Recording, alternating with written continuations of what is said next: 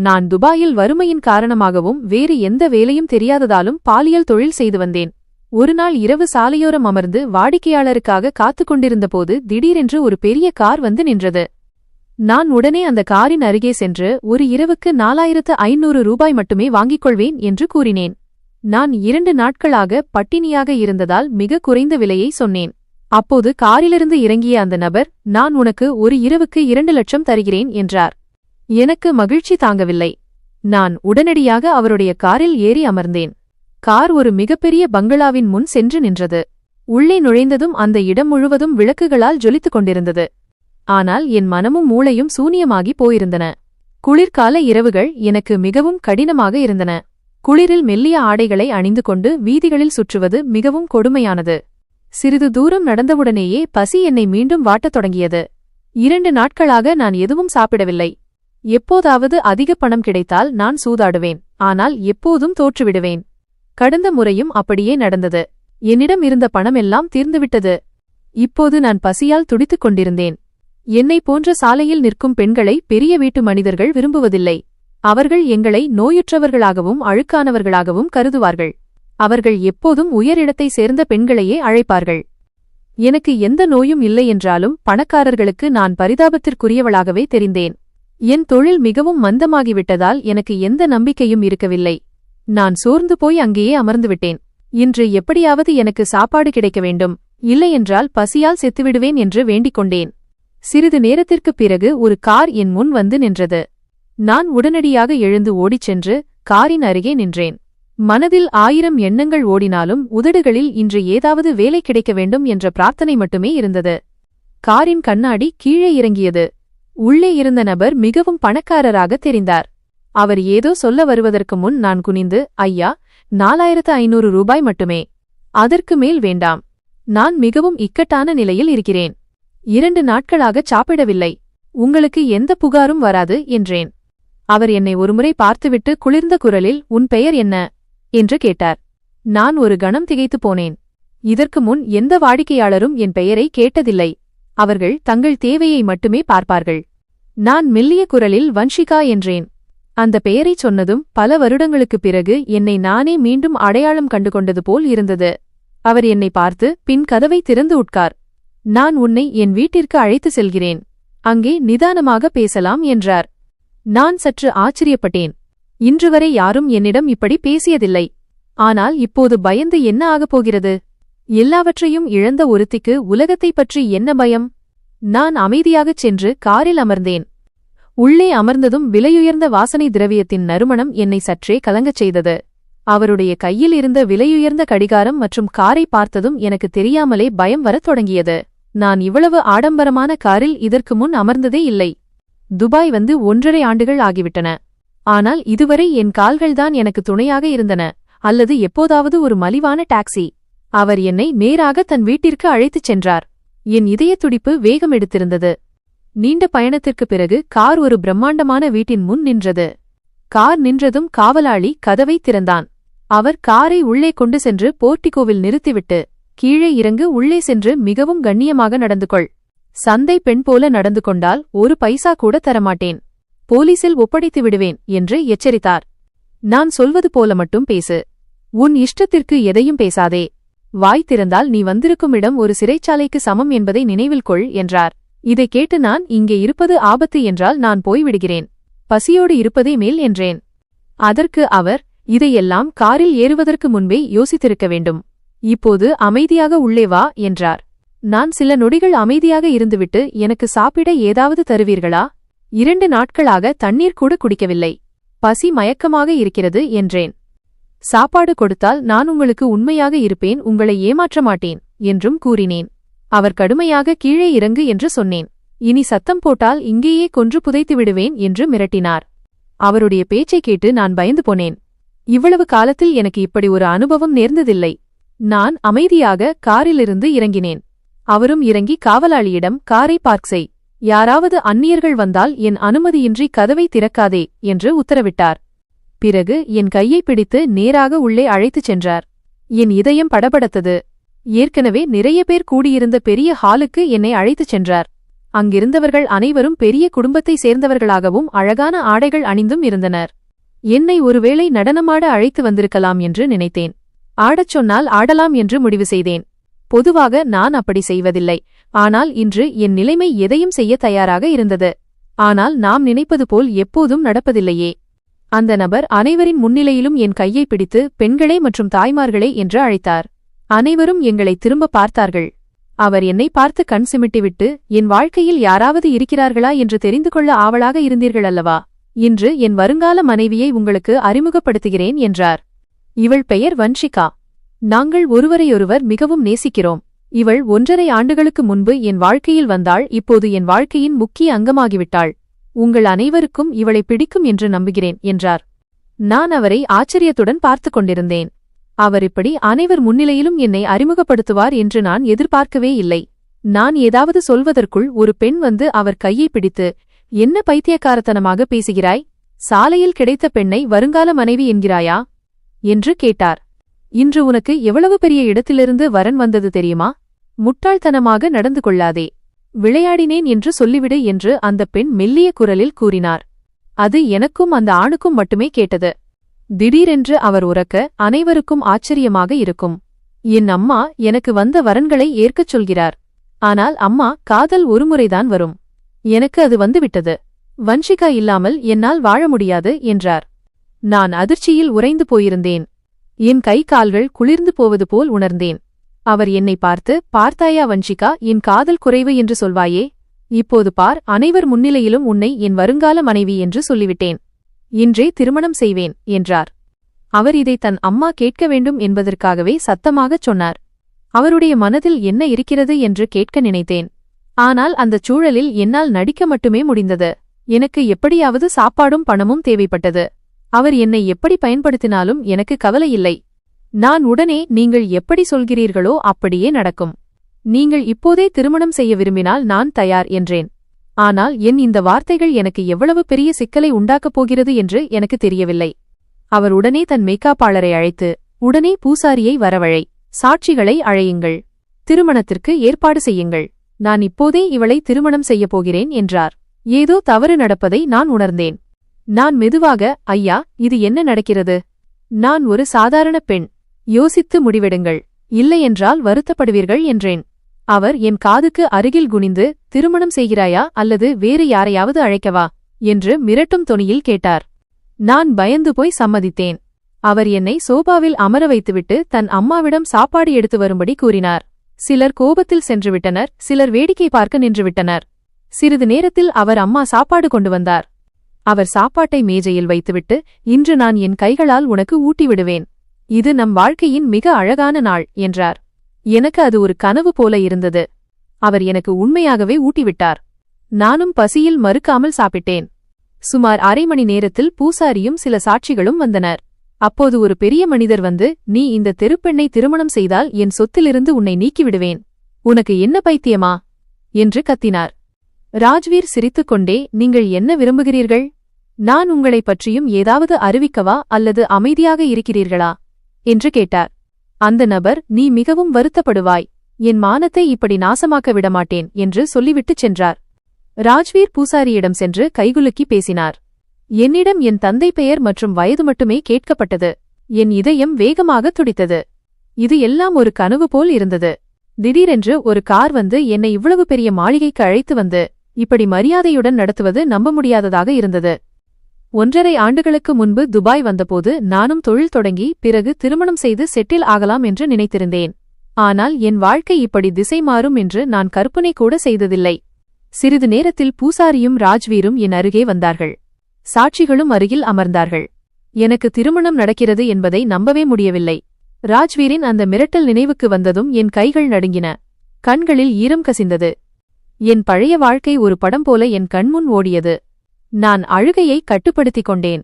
பூசாரி மந்திரம் மோத அக்னி சாட்சியாக ராஜ்வீருடன் என் திருமணம் நடந்தது. கன்னிகாதானம் செய்யும்போது என் கைகள் நடுங்கின. 7 முறை அக்னியை வலம் வந்தோம்.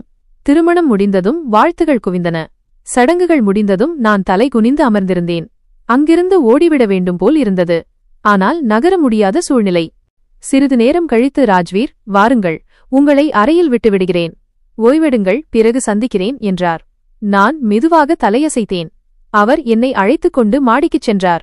ஒரு அறையை திறந்து உள்ளே சென்று சோபாவில் அமருங்கள், நான் அரை மணி நேரத்தில் வருகிறேன் என்று சொல்லிவிட்டுச் சென்றார்.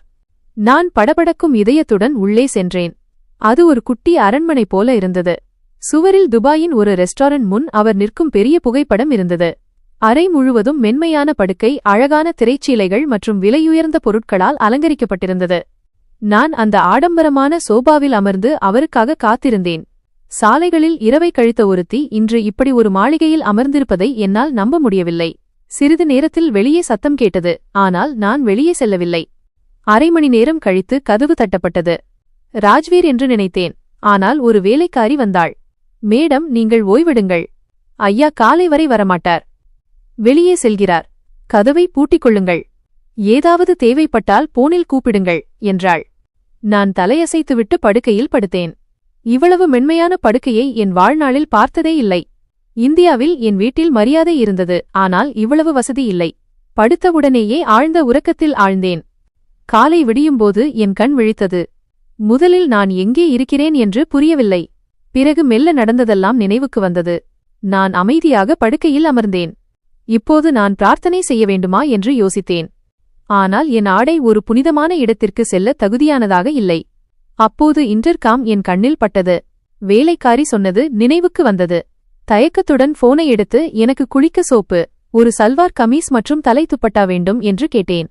மறுமுனையில் இருந்த பெண், உடனே அனுப்புகிறேன் மேடம் என்றார். 10 நிமிடங்களில் கதவு தட்டப்பட்டது. ஒரு பெண் கையில் பொருட்களுடன் வந்தாள். நான் குளியலறையை எப்படி பயன்படுத்துவது என்று தெரியாமல் திகைத்தேன். அவரே எனக்கு எல்லாவற்றையும் விளக்கினார். நான் நிதானமாக குளித்து உடை மாற்றிவிட்டு வெளியே வந்தேன். கண்ணாடியில் என்னை பார்த்தபோது கண்கள் கலங்கின. 1.5 ஆண்டுகளுக்குப் பிறகு மீண்டும் என் பழைய சுயத்தை பார்ப்பது போல் இருந்தது. என் குடும்பத்துடன் மகிழ்ச்சியாக வாழ்ந்த அந்த நாட்கள் நினைவுக்கு வந்தன. நான் துப்பட்டாவால் தலையை மூடிக்கொண்டு அமைதியாக பிரார்த்தனை செய்தேன். அழுதுகொண்டே இறைவனிடம் என் எல்லா பாவங்களுக்கும் மன்னிப்பு கேட்கிறேன். இது என் நன்மைக்காக நடந்திருந்தால் என்னை இவருடனேயே இருக்கவை. எனக்கு மரியாதை போதும், வேறு எதுவும் வேண்டாம் என்று வேண்டினேன். நீண்ட நேரம் பிரார்த்தனை செய்துவிட்டு அப்படியே தூங்கிவிட்டேன். காலை 10 மணியளவில் யாரோ அழைப்பது போல் கேட்டது. கண் விழித்து பார்த்தபோது ராஜ்வீர் என் முன் மண்டியிட்டு அமர்ந்திருந்தார். நான் பதறியடித்து எழுந்தேன். அவர், ஏன் தரையில் படுத்திருக்கிறாய்? படுக்கையில் படு என்றுதானே சொன்னேன் என்றார். நான் பிரார்த்தனை செய்யும்போது அப்படியே தூங்கிவிட்டேன் என்றேன். அவர் மென்மையாக சிரித்துவிட்டு, பல நாட்களுக்குப் பிறகு மனதார வேண்டியிருப்பாய், அதான் நல்ல தூக்கம் என்றார். அவர் கிண்டல் செய்வார் என்று நினைத்தேன், ஆனால் அவர் மிகவும் கனிவாக பேசினார். நான் தலைகுனிந்து, மாற்றுவதற்கு துணியில்லை, அதான் வேலைக்காரியிடம் கேட்டேன். தவறாக நினைக்காதீர்கள் என்றேன். அவர், இல்லை, நீ சூழ்நிலையை சமாளித்ததற்கு நான் தான் நன்றி சொல்ல வேண்டும். சரி, முதலில் சாப்பிடுவோம், பிறகு பேசலாம் என்றார். எனக்கு அப்போது மிகவும் பசியாக இருந்தது. சிறிது நேரத்தில் காலை உணவு வந்தது. அதற்குள் நானும் தயாராகிவிட்டேன். நாங்கள் இருவரும் ஒன்றாக அமர்ந்து காலை உணவு சாப்பிட்டோம். எங்களுக்கு இடையே சிறிது இடைவெளி இருந்தது. நான் விரும்பினாலும் அவன் அருகில் சென்று அமர முடியவில்லை. ஏனென்றால் எனக்கு அவனைப் பற்றி எதுவும் தெரியாது. காலை உணவுக்குப் பிறகு அவன் சொன்னான், உனக்கு குளிக்கவோ அல்லது வேறு எதற்காவதோ செல்ல வேண்டுமென்றால் சென்று வா, ஏனென்றால் நான் இப்போது உன்னிடம் பேச வேண்டும், அதற்கு சிறிது நேரம் ஆகும். நான் மெதுவாக, நீங்கள் சொல்லுங்கள், நான் எங்கும் செல்ல விரும்பவில்லை, நீங்கள் சொல்வதை மட்டும் கேட்க விரும்புகிறேன் என்றேன். அவன் நிமிர்ந்து உட்கார்ந்து சொன்னான், என் பெயர் ராஜ்வீர் கண்ணா, இந்த மாளிகை என்னுடையது. நானும் என் தந்தையும் சேர்ந்து ஒரு நிறுவனத்தை நடத்துகிறோம். என் தாய் எனக்கு மாற்றாந்தாய், சித்தி. அவர்களின் விருப்பப்படி என்னால் திருமணம் செய்து கொள்ள முடியவில்லை. ஏனென்றால் அவர்கள் மிகவும் பேராசை குணம் கொண்டவர். என் வாழ்க்கையில் எந்த பெண் வந்தாலும் அவளை பார்த்ததும் அவர்களுக்கும் பேராசை வந்துவிடும். அதனால் நான் ஒரு பெரிய முடிவை எடுத்தேன். இரவில் ஒரு இளம் பெண்ணை என் அறைக்கு அனுப்பி என்னை அவமானப்படுத்தி அவளையே திருமணம் செய்து கொள்ள வற்புறுத்துவது அவர்களின் திட்டமாக இருந்தது. ஆனால் எங்கள் குடும்பத்தில் இதுபோன்ற விஷயங்கள் மிகவும் தீவிரமாக எடுத்துக்கொள்ளப்படுகின்றன. இந்த விஷயம் எனக்கு எங்கள் வேலைக்காரர் ஒருவர் மூலம் தெரிந்தது. உண்மையில் நான் திருமணம் செய்து கொள்ள விரும்பினேன். ஆனால் அது வெறும் சம்பிரதாயத்திற்காக மட்டுமே. அதனால் சில மாதங்கள் என்னுடன் திருமணமாகி வாழ்ந்துவிட்டு பிறகு பிரிந்து செல்லக்கூடிய ஒரு பெண்ணை நான் தேடிக் கொண்டிருந்தேன். ஆனால் அப்படி எந்த பெண்ணும் கிடைக்கவில்லை. நான் கவலையோடு சுற்றிக் கொண்டிருந்தேன். அப்போதுதான் என் பார்வை உன் மீது பட்டது. அந்த நேரத்தில் என் மனதில் நடைமுறை சிந்தனை மட்டுமே இருந்தது. அதனால்தான் நான் உன்னை தேர்ந்தெடுத்தேன். நேற்று இரவு நான் உனக்கு 5 லட்சம் தருவதாகச் சொன்னேன். ஆனால் இப்போது நான் 10 லட்சம் தருகிறேன். நீ 4 மாதங்கள் என்னுடன் இருக்க வேண்டும். நீ ஒரு சாதாரண பெண் அல்ல. என் உண்மையான தேர்வு என்றும் நாம் 1.5 ஆண்டுகளாக ஒன்றாக வாழ்ந்து வருகிறோம் என்றும் என் குடும்பத்தினரிடம் காட்ட விரும்புகிறேன். நான் அமைதியான குரலில் ஏன் 1.5 ஆண்டுகள் என்று சொல்ல விரும்புகிறீர்கள்? 2 ஆண்டுகள் என்றும் சொல்லலாமே என்று கேட்டேன். ஏனோ எனக்கு ஏதோ அசம்பாவிதம் நடக்கப் போவது போன்ற உள்ளுணர்வு ஏற்பட்டது. சில நொடிகள் அவன் முகத்தில் ஒரு நிழல் கடந்து சென்றது. அவன் பேச்சை மாற்றிக்கொண்டு, இல்லை, சும்மா அப்படித்தான் சொன்னேன். இருக்கட்டும், இப்போதைக்கு நான் உனக்கு 2 லட்சம் தருகிறேன். பிறகு ஒவ்வொரு மாதமும் கொஞ்சம் கொஞ்சமாக பணம் தருவேன். நீ நன்றாக நடித்தால் நான் உனக்கு 10 லட்சத்திற்கும் அதிகமாக கூட தரலாம் என்றான். நீ உன் வாழ்க்கையை மேம்படுத்திக் கொள்ள முடியும். உனக்காக நான் இன்னொரு நல்ல விஷயமும் செய்ய முடியும். உனக்கு ஒரு நல்ல இடத்தில் வேலை வாங்கித் தருகிறேன். அதனால் நீ வாழ்நாள் முழுவதும் பாதுகாப்பான மற்றும் மரியாதையான வாழ்க்கையை வாழ முடியும். அவனது பேச்சைக் கேட்டு 1.5 ஆண்டுகளுக்குப் பிறகு என் வாழ்க்கை மாறிவிட்டது போல் உணர்ந்தேன்.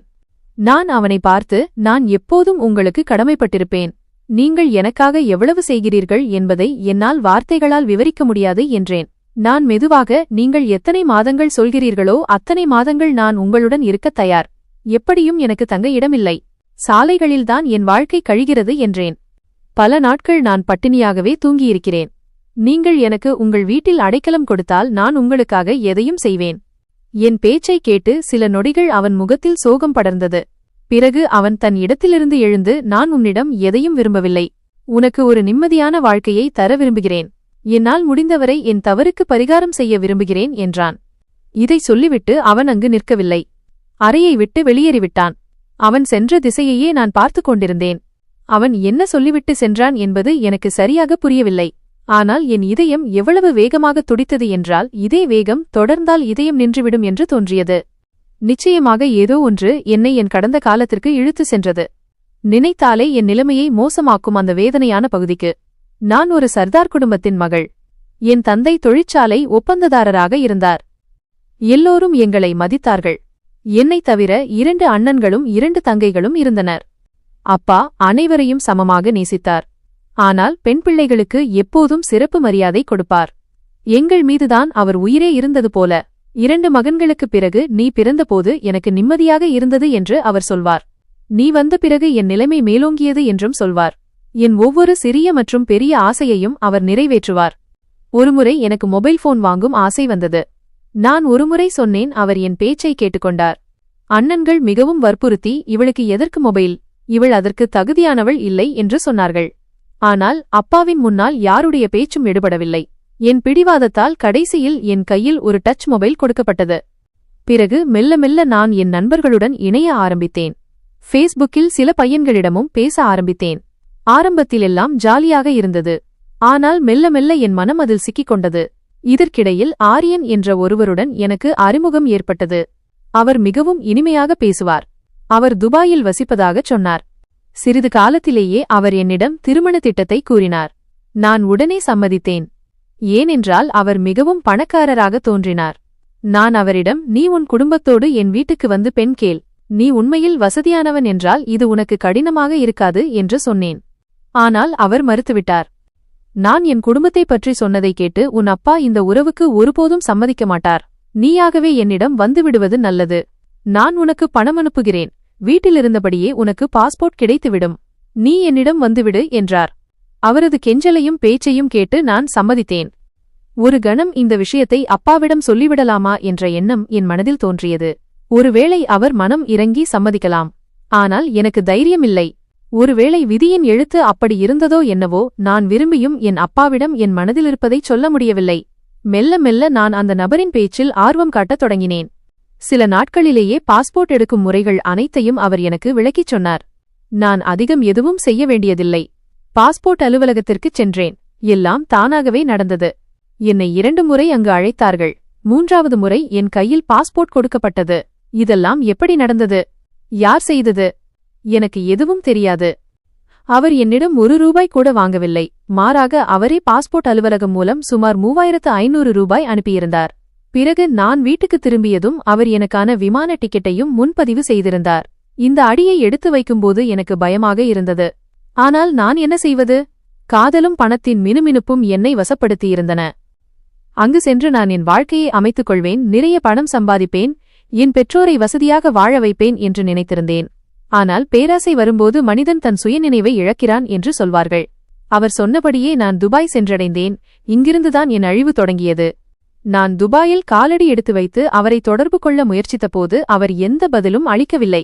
நான் மீண்டும் மீண்டும் அவருக்கு போன் செய்தேன். ஆனால் அவர் தரப்பிலிருந்து எந்த பதிலும் வரவில்லை. என்னிடம் இருந்த பணத்தை வைத்துக்கொண்டு எப்படியோ 10 நாட்கள் வரை வாழ்ந்தேன். பிறகு எல்லாம் தீர்ந்துவிட்டது. என்னிடம் ₹1 கூட மிச்சமில்லை. சில நாட்கள் மக்களிடம் பிச்சை கேட்டு என் வயிற்றை நிரப்பினேன். ஆனால் பின்னர் அந்த இருண்ட இரவு வந்தது. அது என் அனைத்தையும் பறித்துக் கொண்டது. நான் பசியோடும் தாகத்தோடும் சாலையோரம் அமர்ந்திருந்தேன். அப்போது ஒரு கார் என் அருகில் வந்து நின்றது. அதிலிருந்து குடிபோதையில் இருந்த ஒருவன் இறங்கினான். அவன் சைகை செய்தான். நான் மறுக்க முடியாத அளவுக்கு பலவீனமாக இருந்தேன். நான் அனைத்தையும் அவனிடம் ஒப்படைத்தேன். பதிலுக்கு அவன் வெறும் ₹150 கொடுத்தான். அதை வைத்து நான் சாப்பிட்டேன். ஆனால் இதுவே என் பாவப்பட்ட பாதையின் தொடக்கமாக அமைந்தது. ஒவ்வொரு நாளும் நான் புதிய வாடிக்கையாளரை தேடி பாவங்களின் இருண்ட உலகில் என் வாழ்க்கையின் கதவுகளை திறந்து கொண்டே சென்றேன். நான் என்ன செய்வது? நான் படித்தவள் இல்லை. அப்பாவின் நிழல் என் தலைக்கு மேல் இல்லை. குடும்பத்தினர் அருகில் இல்லை. வேறு வழியின்றி நான் இந்த பாதையை தேர்ந்தெடுக்க வேண்டியிருந்தது. வேலை தேட எவ்வளவோ முயற்சி செய்தேன். ஆனால் சிபாரிசு அல்லது தங்கும் அனுமதி உள்ளவர்களுக்கு மட்டுமே அங்கு வேலை கிடைத்தது. என்னிடம் இரண்டும் இல்லை. அதனால் மிகக் குறைந்த பணத்தில் மிதிக்கப்படும் ஒரு பெண்ணாக நான் மாறிவிட்டேன். நேரம் மெதுவாக கடந்து சென்றது. பார்க்க பார்க்க எனக்கு இங்கே வந்து 1.5 ஆண்டுகள் ஆகிவிட்டன. இப்போதும் என் மனதில் கேள்வி எழும். என் நாட்டில் எல்லோரும் எப்படி இருப்பார்கள்? எனக்கு முதலில் எதுவும் தெரியாது. ஆனால் இப்போது நான் அந்த மனிதனை பார்த்தபோது ஏதோ நான் அவரிடம் முன்பே பேசியது போல் தோன்றியது. அவன் தன் முழுப்பெயர் ராஜ்வீர் கண்ணா என்று சொன்னபோது திடீரென்று என் மனதில் அந்த ஆரியன் என்ற பெயர் ஒலித்தது. அவனால்தான் என் வாழ்க்கையில் ஒரு புயல் வந்தது. அவன் பேசியதைக் கேட்டு என் இதயம் விசித்திரமாக துடிக்க ஆரம்பித்தது. வாழ்க்கை என்னை மீண்டும் 1.5 ஆண்டுகள் பின்னோக்கி இழுத்துச் சென்றது போல தோன்றியது. நேரம் வேகமாக ஓடிக்கொண்டிருந்தது. மதியம் வேலைக்காரி உணவு கொடுத்துவிட்டு சென்றாள். ஆனால் இப்போது எனக்கு ராஜ்வீர் கண்ணாவின் வரவுக்காக மட்டுமே காத்திருப்பு இருந்தது. இரவு சுமார் காலை 8 மணியளவில் அவன் அறைக்குள் நுழைந்தான். அவன் உள்ளே வந்ததும் நான் அவன் முன் சென்று நின்றேன். அவன் ஏதோ சொல்வதற்கு முன் நான் அவன் சட்டையை பிடித்து உலுக்கியபடி கேட்டேன். பொய் சொல்லாதே. இந்தியாவிலிருந்து என்னை துபாய்க்கு வரவழைத்த அதே ஆரியன் நீதானே? காதலை வைத்து வலை விரித்து என் வாழ்க்கையை நாசமாக்கியவன் நீதானே என்று கேட்டேன். நீ என்னிடமிருந்து எதையும் மறைக்க முடியாது. உன் தந்தை மீது ஆணை. உன் தந்தையின் மீது உனக்கு மிகுந்த பாசம் என்று நீ எப்போதும் சொல்வாய். இன்று எனக்கு உண்மை தெரிய வேண்டும். நான் கடவுளிடம் எத்தனை முறை வேண்டியிருப்பேன், ஒரு முறையாவது உன்னை சந்தித்து கேட்க வேண்டும் என்று. அப்படி நான் உனக்கு என்ன துரோகம் செய்தேன்? எதற்காக என்னிடம் இப்படி நடந்து கொண்டாய்? என் பேச்சைக் கேட்டு அவன் திடீரென்று முழங்காலில் அமர்ந்து சத்தமாக அழ ஆரம்பித்தான். அவன் கண்ணீர் நிற்பதாக தெரியவில்லை. அந்த கணத்தில் என் சந்தேகம் சரியானது என்று உறுதியானது. அவன் அழுதுகொண்டே சொன்னான், நான் உதவியற்றவனாக இருந்தேன். குடும்பத்தினரின் அழுத்தம் மற்றும் கட்டுப்பாடுகள் காரணமாக நான் உன்னை இந்தியாவிலிருந்து துபாய்க்கு வரவழைத்தபோது என் தந்தை எனக்கு எதிராக திரும்பினார். நான் ஏழை பெண்ணை திருமணம் செய்தால் வீட்டை விட்டு வெளியேற்றி விடுவேன் என்று மிரட்டினார். அவர்கள் என் பின்னால் ஆட்களை நியமித்தார்கள். அதனால் என்னால் உன்னை தொடர்பு கொள்ள முடியவில்லை. இருந்தும் உன்னை என்னிடம் வரவழைக்க நான் முயற்சி செய்தேன். ஆனால் நான் அனுப்பிய நபரை நீ சந்திக்கவே இல்லை. பின்னர் கடந்த வாரம் நீ துபாயில் உள்ள ஒரு ஹோட்டலில் ஒரு வாடிக்கையாளருடன் காணப்பட்டதாக எனக்கு தெரிந்தது. அவன் உன் புகைப்படத்தை காட்டியபோது பூமி பிளந்து நான் அதற்குள் புதைந்துவிட மாட்டேனா என்று தோன்றியது. நான் உன்னை திருமணம் செய்து கொள்ள விரும்பவில்லை. ஆனால் என் உள்மனம் என்னை நிம்மதியாக வாழவிடவில்லை. நான் ஒவ்வொரு நாளும் செத்துச் செத்து பிழைத்தேன். அதனால்தான் நான் ஒரு திட்டமிட்டு உன்னை என் வாழ்க்கையில் சேர்த்துக் கொள்ள முடிவு செய்தேன். உனக்கு என்னை ஏற்றுக்கொள்வது எளிதல்ல என்று எனக்கு தெரியும். ஆனால் இன்று நான் என் வாக்குறுதிகள் அனைத்தையும் நிறைவேற்ற விரும்புகிறேன். தயவு செய்து என்னை ஏற்றுக்கொள். அந்த கணத்தில் அந்த மனிதனை என் வாழ்க்கையிலிருந்து நிரந்தரமாக தூக்கி எறிய வேண்டும் என்று என் மனம் விரும்பியது. ஆனால் என் வாழ்க்கையில் நான் இவ்வளவு கஷ்டப்பட்டிருந்ததால் என்னை உண்மையாக நேசிக்கும், கஷ்டப்படுத்தாத, மரியாதையும் அன்பும் நிறைந்த வாழ்க்கையை தரும் ஒரு நபர் இருக்க வேண்டுமென்று என் இதயம் எங்கோ ஒரு மூலையில் விரும்பியது. அதனால் விரும்பாமலேயே நான் அவனை மன்னித்தேன். அவனுடன் ஒரு புதிய வாழ்க்கையை தொடங்கினேன். ஆரம்ப நாட்களில் பல சிறிய பிரச்சனைகள் வந்தன. என் பழைய வாழ்க்கையை நினைத்து நான் மிகவும் பயந்து போயிருந்தேன். அவன் எனக்கு எப்போது குத்திக்காட்டுவானோ என்று எப்போதும் பயமாக இருக்கும். அவன் என்னிடம் கண்டிப்பாக சில விஷயங்களை சொல்வான். ஆனால் மக்கள் நினைப்பது போல் எதுவும் நடக்கவில்லை. நான் தெருவில் திரியும் பெண் என்றோ அல்லது என் கடந்த காலம் கரைபடியாதது என்றோ அவன் ஒருமுறை கூட என்னிடம் சொல்லவில்லை.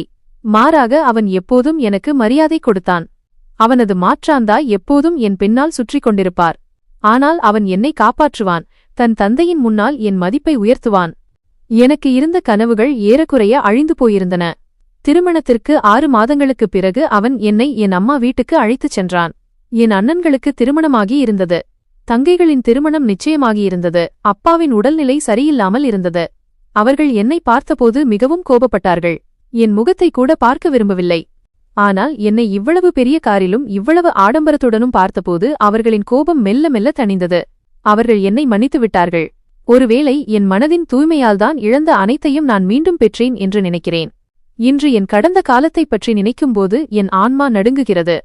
கடவுள் எந்த பெண்ணுக்கும் இவ்வளவு வேதனையையும் இப்படிப்பட்ட விதியையும் கொடுக்கக்கூடாது. உண்மையைச் சொன்னால் இன்று என்னிடமெல்லாம் இருக்கிறது. அதற்காக நான் நன்றியுள்ளவளாக இருக்கிறேன். ஆனால் என் கடந்த காலத்தை நினைக்கும்போதெல்லாம் மனம் பதைபதைக்கிறது.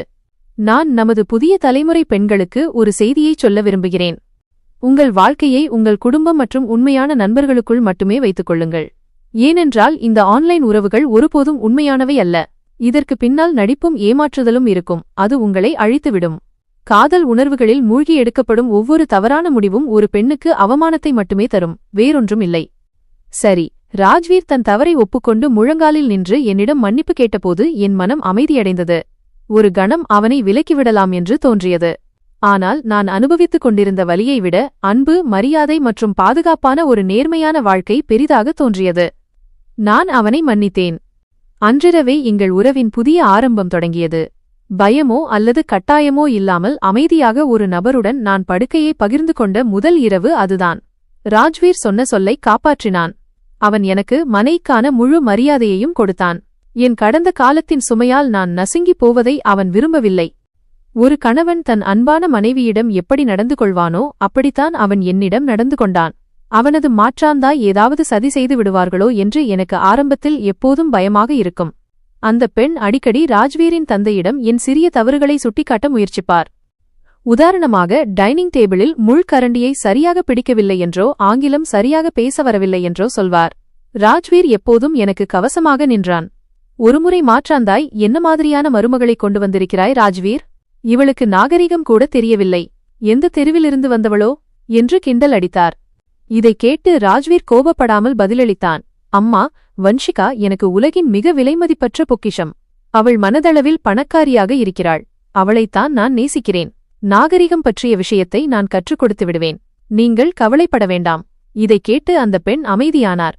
ராஜ்வீரின் தந்தை ஒரு தீவிரமான மற்றும் கொள்கைவாதி. மெல்ல மெல்ல என் மீது நம்பிக்கை வைக்கத் தொடங்கினார்.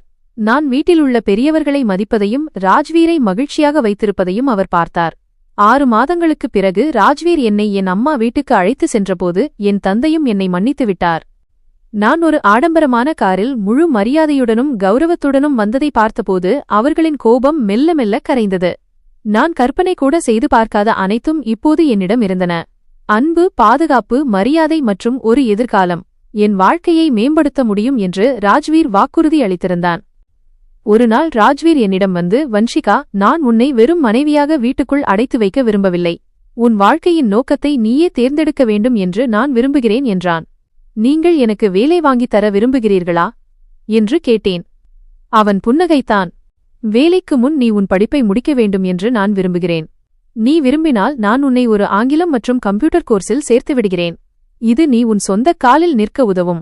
அவனது பேச்சைக் கேட்டு என் மனதில் மிகப்பெரிய நன்றி உணர்வு ஏற்பட்டது. நான் உடனே சம்மதித்தேன். அடுத்த 1.5 ஆண்டுகள் நான் ஒரு மாற்றத்திற்கான பயணத்திலிருந்தேன். நான் ஆங்கிலம் பேசவும் கம்ப்யூட்டர் இயக்கவும் குடும்பத்தை நிர்வகிக்கும் முறைகளையும் கற்றுக்கொண்டேன். துபாயில் சிக்கலில் உள்ள இந்திய பெண்களுக்கு உதவும் ஒரு தொண்டு நிறுவனத்தில் ராஜ்வீர் என்னை சேர்த்துவிட்டான். இது என் வாழ்க்கையின் புதிய திருப்பமாக இருந்தது. இப்போது என் கடந்த காலத்தின் வலியை ஒரு வலிமையாக மாற்ற முடிந்தது. அந்த தொண்டு நிறுவனத்தில் வேலை செய்யும்போது பேராசை, ஏமாற்று அல்லது வறுமையால் நாடு விட்டு துபாய் வந்து காணாமல் போன என்னைப் போன்ற பல பெண்களை நான் பார்த்தேன். அவர்களுடன் பேசும்போது, அவர்களுக்கு உதவும்போது என் கடந்த காலத்திலிருந்து எனக்கு அமைதி கிடைக்கத் தொடங்கியது. நான் ராஜ்வீரிடம், இப்போது எனக்கு நீ கொடுக்கும் பணத்தை விட இந்த வேலைதான் அதிகம் தேவைப்படுகிறது. நான் இப்போது பாதிக்கப்பட்டவள் அல்ல. நான் இப்போது உதவியாளர் என்று சொன்னேன்.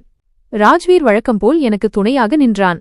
நான் இப்போது சமூக சேவை செய்வதையும் ராஜ்வீரும் அதில் எனக்கு துணையாக இருப்பதையும் அறிந்த மாற்றாந்தாய் மெல்ல மெல்ல எதிர்ப்பை கைவிட்டார்.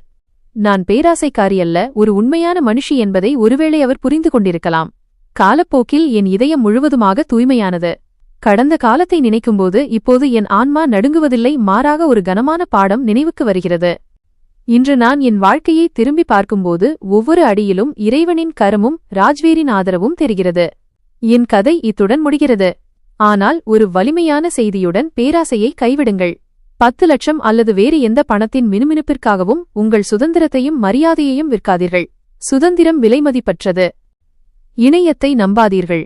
ஆன்லைன் உறவுகள், குறிப்பாக அறிமுகமில்லாத ஆண்களால் வழங்கப்படும் திருமணத் திட்டங்கள் பெரும்பாலும் பொய்யான வாக்குறுதிகளாகவே இருக்கும். உணர்ச்சிகளுக்கு அடிமையாகாதீர்கள். குடும்பத்தை மதியுங்கள். உங்கள் பெற்றோரே உங்கள் உண்மையான நலன் விரும்பிகள். அவர்களிடம் எதையும் மறைக்காதீர்கள். உங்களை நீங்களே கல்வி கற்றுக்கொள்ளுங்கள். உங்கள் படிப்பு மற்றும் திறமை மீது நம்பிக்கை வையுங்கள். யாரையும் சார்ந்திருக்காதீர்கள். சுயசார்பே மிக உயர்ந்த மரியாதை. தவறுகளை திருத்திக் கொள்ளலாம். உங்களிடம் பெரிய தவறு நடந்தாலும் சோர்ந்து போகாதீர்கள். வருத்தம் மற்றும் உண்மையில் பெரிய சக்தி இருக்கிறது. இறைவன் எல்லோருக்கும் இரண்டாவது வாய்ப்பை கண்டிப்பாக கொடுப்பார். நாம் அந்த வாய்ப்பை மரியாதையுடன் ஏற்றுக்கொள்ள வேண்டும். வாழ்க்கையில் ஒருவரின் வறுமையை பயன்படுத்திக் கொள்வது மிகப் பெரிய பாவம். ராஜ்வீர் முதலில் செய்தது போல. மேலும் நம் ஆசை அல்லது உணர்ச்சிகளில் மூழ்கி நம் பாதுகாப்பையும் மரியாதையையும் பணயம் வைப்பது இரண்டாவது மிகப்பெரிய தவறு. ராஜ்வீர் மற்றும் வன்ஷிகா இருவரும் தங்கள் தவறுகளை ஏற்றுக்கொண்டனர். ஒருவர் வருந்தினார், மற்றவர் மன்னித்தார். அன்பு, மன்னிப்பு மற்றும் மரியாதை மட்டுமே ஒரு உறவுக்கும் வாழ்க்கைக்கும் புதிய பிறப்பை கொடுக்கும். நண்பர்களே, இந்த கதை முற்றிலும் கற்பனையானது. எந்தவொரு நபர், நிறுவனம் அல்லது சமூகத்தின் உணர்வுகளையும் புண்படுத்துவது இதன் நோக்கமல்ல. இதில் வரும் கதாபாத்திரங்கள், நிகழ்வுகள் மற்றும் சூழ்நிலைகள் சமூக செய்தியை வழங்குவதற்காக மட்டுமே. பொய்யான குற்றச்சாட்டுகளும் தவறான புரிதல்களும் ஒருவரின் வாழ்க்கையை எப்படி அழிக்கும் என்பதை மக்கள் புரிந்து கொள்ள வேண்டும் என்பதற்காகவே இது. தயவுசெய்து இந்த கதையை ஒரு சமூக மற்றும் உணர்வுபூர்வமான பாடமாக பாருங்கள். ஆம் நண்பர்களே, எங்களின் இன்றைய இந்த கதை உங்களுக்கு எப்படி இருந்தது என்பதை கமெண்ட் செய்து கண்டிப்பாகச் சொல்லுங்கள். இதுபோன்ற கதைகளை கேட்க எங்கள் சேனலை சப்ஸ்கிரைப் செய்யுங்கள். மேலும் இந்த கதைக்கு ஒரு லைக் கொடுங்கள். அத்துடன் பகிருங்கள். ஆம் நண்பர்களே, நீங்கள் இந்த கதையை எந்த ஊரிலிருந்து கேட்கிறீர்கள் என்பதையும் கமெண்டில் உங்கள் ஊரின் பெயரை குறிப்பிட்டுச் சொல்லுங்கள். நன்றி.